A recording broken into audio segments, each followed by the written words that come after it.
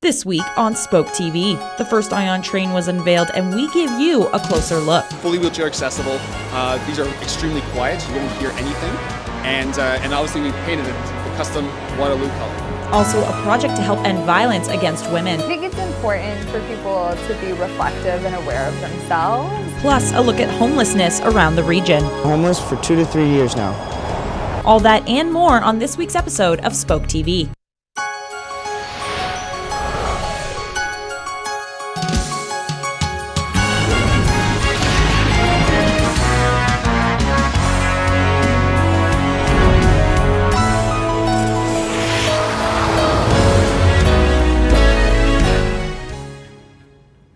Hello and welcome to SpokeTV. We've got a great show for you today. I'm Brittany Bordelon. And I'm Stefan Singh. The first Ion train was unveiled this past weekend to Waterloo Region residents. SpokeTV's Stephanie Gick gives us a closer look at the trains set to start operating next spring. After years of constructions and detours, the public got its first look at the future of transit in the region. Currently, buses are the only form of transportation offered by Grand River Transit. But soon, Ion will be here. The first car arrived in February and has been in storage ever since. At a recent open house, thousands lined up to see the train for themselves. Bombardier project manager Mark McGregor says that there are plenty of ways that this train is different from others the company has made before. Fully wheelchair accessible. These are extremely quiet, you won't hear anything. And obviously we painted it the custom Waterloo color. Color wasn't the only thing the region had in mind when planning the Ion. Environmental factors were also considered. These are fully electric, so they run off the grid. There's no emissions whatsoever, and they've been used in similar fashions in other cities, so zero emissions given off. Grand River Transit expected around 500 people to visit the open house, but saw the crowd exceed 2,500. Blair Allen is a Grand River Transit supervisor, and he was happy to clear up one of the biggest questions surrounding the new LRT. It's going to be one fare, one system. There will be no difference between your fare on the bus or the train, and you can transfer between them the same as the existing fare is. We're going to start with the same fare structure we have now with the buses, with the train. One way Grand River Transit is planning on making fares easier to manage is with a new reloadable fare card. We are going to start rolling out the units on the buses just after Easter. It'll take about 3 months, and the cards we're going to start making available this summer. Teams are going to go out to various locations to distribute cards to people. The Ion is expected to begin testing this summer and be open to the public in early 2018. For SpokeTV, I'm Stephanie Gick. Major transit changes are not only happening around the region, but also in Guelph. The federal and provincial governments are investing in public infrastructure in Guelph for affordable transit services.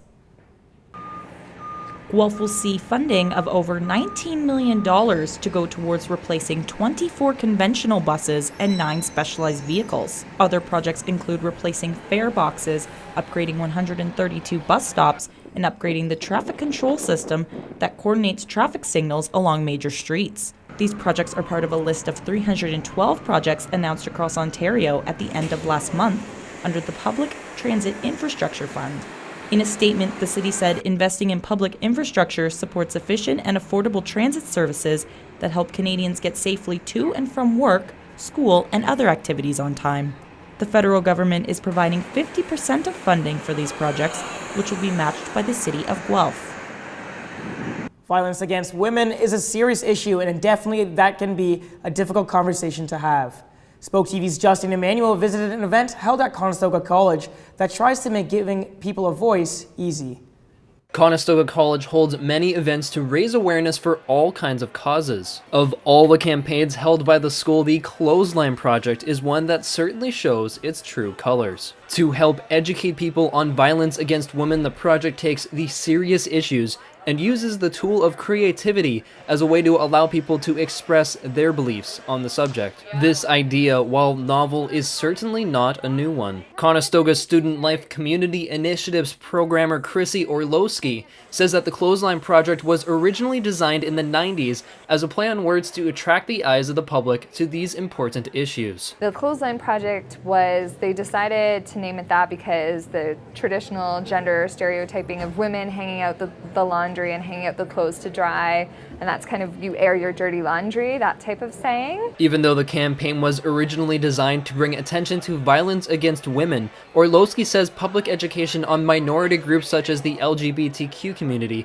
is also a priority. She also said that the public nature of the event is useful for reaching pockets of people who are unaware of what many people face today. I think it's important for people to be reflective and aware of themselves because I think that can help them learn about other people's experiences and opinions and identities, because what we see on the outside of a person is only, 10%. Well, this is a very lighthearted way to bring awareness to a great cause. The seriousness of the subject can definitely not be ignored. A strong theme of the event is giving a voice to those who may not find it easy to speak out. This was very important to Conestoga student Reagan Goodwin, who was at the event, to show her support in any way that she could. This means a lot to me because I know so many women that, things happen to them and they feel like they don't have a voice, so showing this support is really important to me. For SpokeTV, I'm Justin Emmanuel. After the break, find out why homelessness around the region is still an issue. Many men and women are living on the streets with a lack of food and nowhere to go. Shelters are filling up and aren't able to house the growing need for a place to stay. SpokeTV's Jeff LaRocque tells us more. Miles Gagnon stands on the streets of Cambridge asking for money. He is without a home and out of work. I've been homeless for 2 to 3 years now. Miles is one of the many who live on the street. Some are women. Amanda Adair is one of them. She too signs for money. For a lot of us, that's how we eat every day. Most of us will never know how it feels to sleep outside. Spare change helps, but much more is needed. How are you?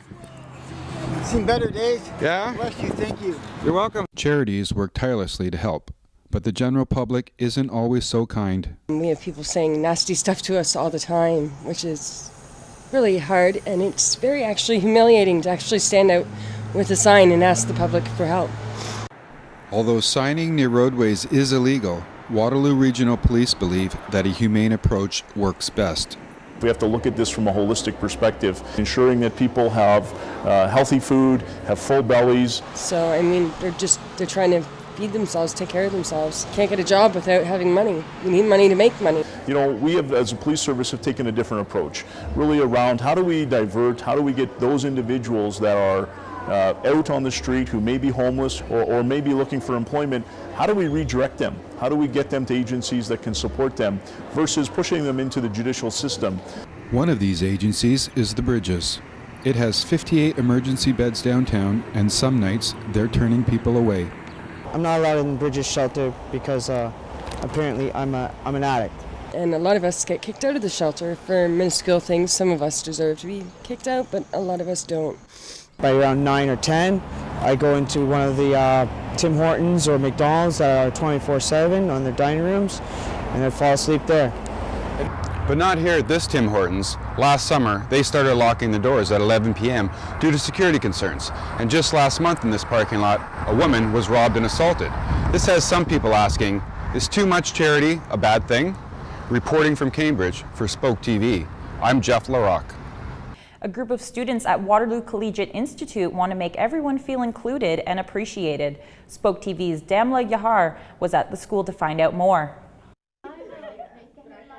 Crossing Borders. That's the name of this group at Waterloo Collegiate, and that's what they're trying to do. We figure as soon as you get to know somebody, cross the border and know somebody from another culture, then you have less prejudices towards them, hopefully.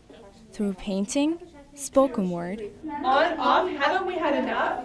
And other art forms, the group is bringing attention to some of the issues refugees and newcomers face. And it's an issue one of their own face that's the inspiration behind this gathering. One of our students, Gabby Flores, was at risk of deportation and then got deported. And it made us very mad. And the students started to create some artistic pieces, a dramatic vignette. They did some petitions and other things, sort of activism.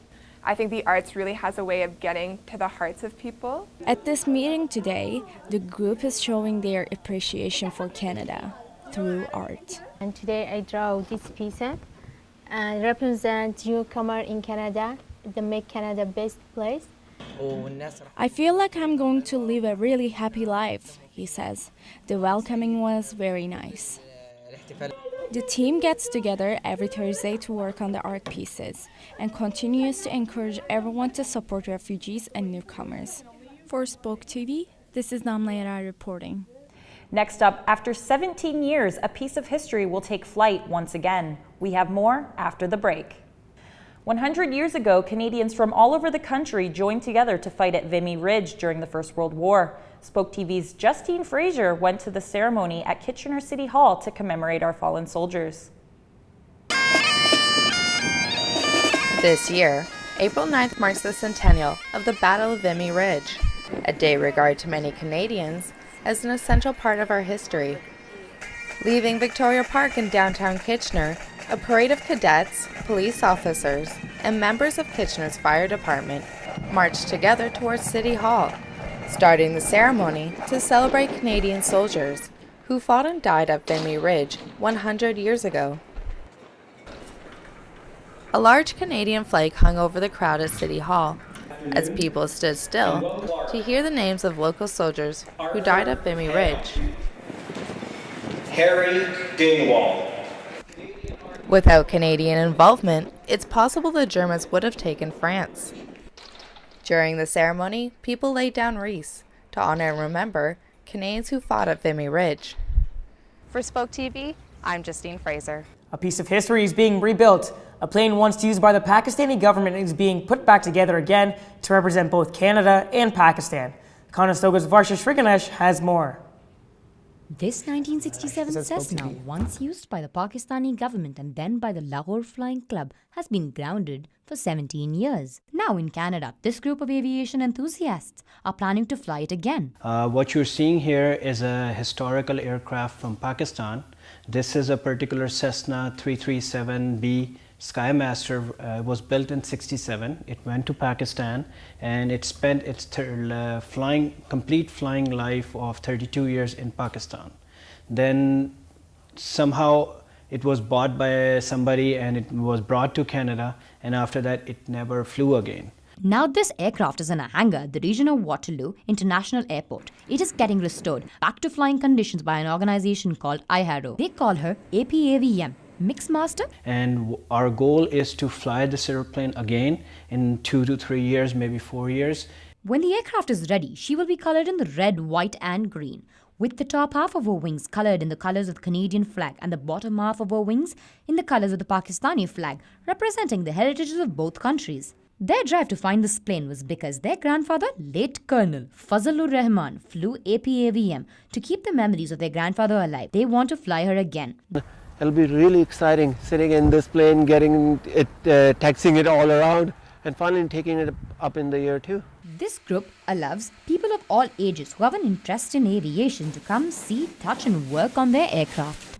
Work continues on the plane for the next 2 to 4 years. Anyone interested in helping can log on to iharo.org.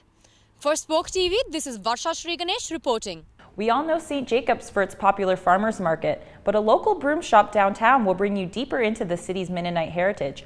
Conestoga's Evan Yantha reports. Hamel Brooms, located at 1411 King Street North in downtown St. Jacobs, has been making handmade corn brooms since 1908. Customers can come into the store to watch owner John Davenport make a broom from start to finish in a few steps. The first step we were doing is the winder. It winds the bristles on the handle, and the bristles we just have a wire and just keep building the broom underneath the wire by hand. And you get about 5 handfuls on it, and then it's done for that stage. The next stage was a sewing machine. It takes a round broom, puts it in the sewing machine, flattens it out, and needles go back and forth, stitching it up. Then we have the cutter, and we just take it over the cutter, cut the end off, cut the strings off, and then put a label on, and that's a finished broom. John has been running the shop for 27 years and can usually make up to 100 brooms a day. Not only is it a big tourist attraction, but many locals like to pick up their brooms there as well. I've had this broom since we moved in about 4 years ago. And let me tell you about this broom. This broom has kept our floors clean, our garage swept. It's everything we've ever hoped for, really. My husband and I, we really like to support local businesses, and this is an excellent product, and we felt even better about it knowing that we were supporting a store that's right here in our own neighborhood. Hamel Brooms is one of the last corn broom manufacturers in Canada and is a very unique destination to visit. For SpokeTV, this is Evan Yenta reporting. Coming up, find out all the latest in sports happening around the region. Earlier this week, I sat down with SpokeTV reporter Maddie DeMart to take a closer look at the latest news from our national sports teams based out of Toronto. This is SpokeTV Sports Corner. I'm Stefan Singh. This is Maddie DeMart. We're here to talk about all sports relating to the Six, all Toronto sports. We're talking Leafs, we're talking Raptors, we're talking Blue Jays. We're also going to be chatting about the NHL's decision not to go to the 2018 Olympics. Maddie, let's start off with Blue Jays. Big season last year. Who's coming back for the team this year? Okay, so returning for the Jays this season, we have Tulo, we have Sanchez, Stroman, Pilar, Donaldson, and we have Bautista, of course. Those are great key players coming back. Who's gone from last year? So gone from last year, obviously Edwin Encarnacion. He was a big, huge player, and then Brett Cecil. And then an addition to this year, we have Kendrys Morales, who was an awesome player, designated hitter, so that should be interesting. See how he meshes with the team. So far this season, it's been a slow start. Has there been any injuries to players so far that's going to affect the team in the long run? Or? Yeah, so Jays have actually only won one game this season so far, and on Sunday, April 9th, Josh Donaldson went down for a ground ball and injured his right leg. Now switching over to Toronto Maple Leafs hockey. Let's talk about the Leafs right now. Austin Matthews was a big addition to the team. How was his season this year? Great rookie season. I mean, this guy comes away with 40 goals in his first season ever as an NHL player. Like, that's insane. Saturday, April 8th was a big game for the Leafs and their fans. What happened? What's going on with them right now? What's the situation with the Leafs? So Saturday's game was huge for the Leafs. They ended up clinching that playoff position that they've been working all year to get. So at the end of that game, they were sort of trying to figure out who they were going to play in the playoffs the first round. So it was between Ottawa or Washington, and unfortunately the Leafs lost in regulation time. So that means that they have to play Washington in the first round, which is a little bit tricky, you know? I mean, but they could pull it off. Stranger things have happened, so we'll see how that goes. Has there been any injuries? Like, is there anything that's going to affect that series so far, like right ahead? So on Saturday night, the Leafs goaltender Frederik Andersen was actually swiped in the head by one of the Pittsburgh Penguins. He immediately went down, and everyone was worried that there was going to be concussions. So he went off the ice. So the backup goalie, Curtis McElhaney, went in for the rest of the game, and he played really well. The whole team played really well. So the score at the end of the night was 5-3 over Pittsburgh. Kessel and Crosby both scored, so that's a huge shout out to the Leafs. And they were down in that game too, eh? Like that's pretty crazy. They come back and win 5-3. They made a comeback, yeah. And so the Leafs coach, Mike Babcock, actually was quoted as saying that Anderson is expected to be back for the first game of the playoffs, so that's exciting. We're hoping that happens. Maddie, I know you're a big fan of the Leafs. For you, being a fan of Toronto and seeing them make the playoffs after 4 years, like what was it about this team this year that you think made them click and made them so successful? You know what? The young talent has so much to do with that. And even on top of that, JVR and even Bozak, they were really good this season, you know, and it's tough being the older crowd on such a young team. And I think that they definitely made an impression. Okay, so moving on to the Toronto Raptors, DeMar DeRozan, actually, this is his first time, second in the franchise history that anyone has ever had 2,000 points in one campaign. Can you talk about any other players that had a key part in the success of this team? Oh, absolutely. So pickups at the trade deadline, Serge Ibaka, PJ Tucker. The back half of the season, they've really come on. Serge Ibaka has been a crazy defensive, presence. Like he's a scary player for players to play against. And PJ Tucker, he comes off the bench. He puts in his points. He plays hard. He's really aggressive in the paint, and it's really good for the Raptors to have that. And big shout out to my boy Corey Joseph from Canada, from Toronto. He stepped up in Kyle Lowry's absence. Kyle Lowry went down with an injury about midway through the season, and it looked like he wasn't going to come back until the playoffs. But he came back past couple games. But Corey Joseph for sure has stepped up, and he's played in a big part playing in his hometown. So that must make him nervous, but it obviously makes him proud. He's able to be successful and play really well in his hometown. Right, just one other question. So how do you feel about all this news about the NHL not going to the Olympics? So I love watching the Olympics, and I love watching hockey especially because it's all these great, talented players from the NHL, from in Europe, like all these crazy talented players in one tournament playing against each other for their country. So you must feel the pride, putting on the jersey with your country on it, with your name on it. Like it must feel like something crazy. But with the NHL not participating in the 2018 Olympics, it's ridiculous. I think the Olympics are going to lose viewership. I think there's not going to be many fans attending the games because who's going to play for what team? Exactly. Team Canada is made up of amazing players in the NHL right now. Who are they going to pick? Who's going to play for them? Honestly. Maddie, it's really interesting. The three teams we talked about today, they're all still playing. Usually you're used to seeing the Leafs go golfing earlier in the season. Jays are starting to kick off their season, and the Raptors in the last couple of years, they've been really good. So it's really cool. We hope to see great success from all three Toronto teams. Thanks for joining me. I had a great time chatting with you. And back to you, Brad, at the desk. Thanks, Stefan. And in local sports, the OHL Draft was this past weekend. The Kitchener Rangers made a total of 14 selections on Saturday during the 2017 OHL Priority Selection. With their first-round selection, 13th overall, the Rangers chose defenseman Grayson Ladd of the Chatham-Kent Cyclones. The 6'2" Dresden, Ontario native played just 26 games in an injury-shortened season with the Cyclones in 2016, but was high on the list of potential prospects for the Rangers' general manager, Mike McKenzie, and his staff. The Guelph Storm also made big selections. They selected Tag Bertuzzi with the 2nd overall pick in the 2017 Ontario Hockey League Priority Selection. The 6'1" center spent the 2016 season as the captain of the Oakland Junior Grizzlies. Bertuzzi also made 2 appearances in the OHL Cup this past season, where he averaged a point per game, production rate tallying 8 points, with 5 goals and 3 assists in 8 games played. The Vancouver native is the 3rd Bertuzzi to be selected in the Storm's 26-year history, with Father Todd standing as the team's first ever pick, 5th overall in the 1991 OHL Priority Selection, and Tyler Bertuzzi, the nephew of Todd and cousin of Tag, selected in the 4th round in the 2011 draft.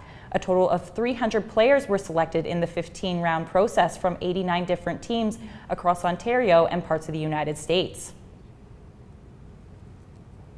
Britt, it's great to see all these Toronto sports teams doing so well. I heard you were at the game on Saturday, the Leafs game. How was that? How was the energy in the building? I was at the game, and you know what, Stefan, I got to be honest with you. I'm a Pittsburgh Penguins fan myself, so it was really disappointing to see my team lose. But I got to say, it's really amazing to see another Toronto team or another, Canadian team in the playoffs. And, you got to show love to our hometown boys. Got to represent the country, that's for sure. Absolutely. Well, that's all we have for you this week. I'm Stefan Singh. And I'm Brittany Bordelon. For more news and information, be sure to check us out online and on Twitter and at SpokeTV.ca.